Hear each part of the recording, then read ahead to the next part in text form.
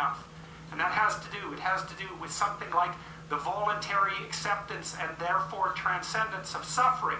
It's something like that. These are not arbitrary ideas. They're deeply, that's my case anyways, they're deeply, deeply, deeply rooted in biology and culture. They're as deeply rooted in biology as the dominance hierarchy is rooted in biology. And we already know the answer to that. The dominance hierarchy has been around for 350 million years.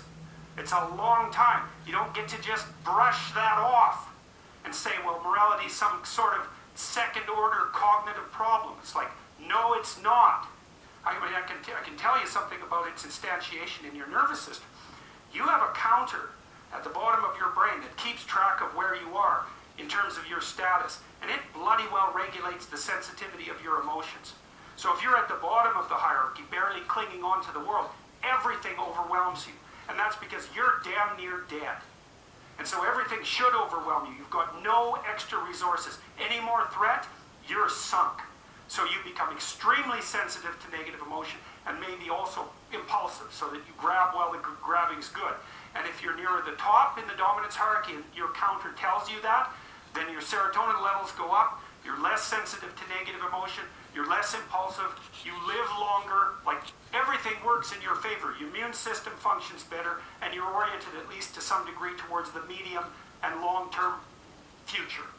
And you can afford that because all hell isn't breaking loose around you all the time.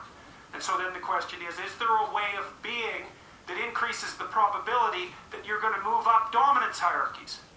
Well, that doesn't seem to be a particularly provocative proposition, unless you think that it's completely arbitrary and random, and that you can think that if you want, but I don't think there's any evidence for that whatsoever. I mean, we certainly have, even for sexual selection, we impose criteria.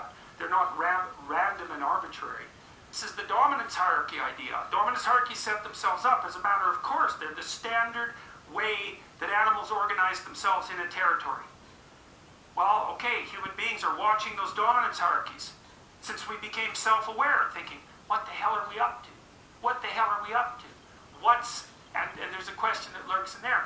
What constitutes acceptable power? What constitutes acceptable sovereignty?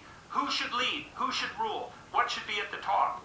Well, we talked about that. The Mesopotamians figured that out. Speech and vision, that's Marduk.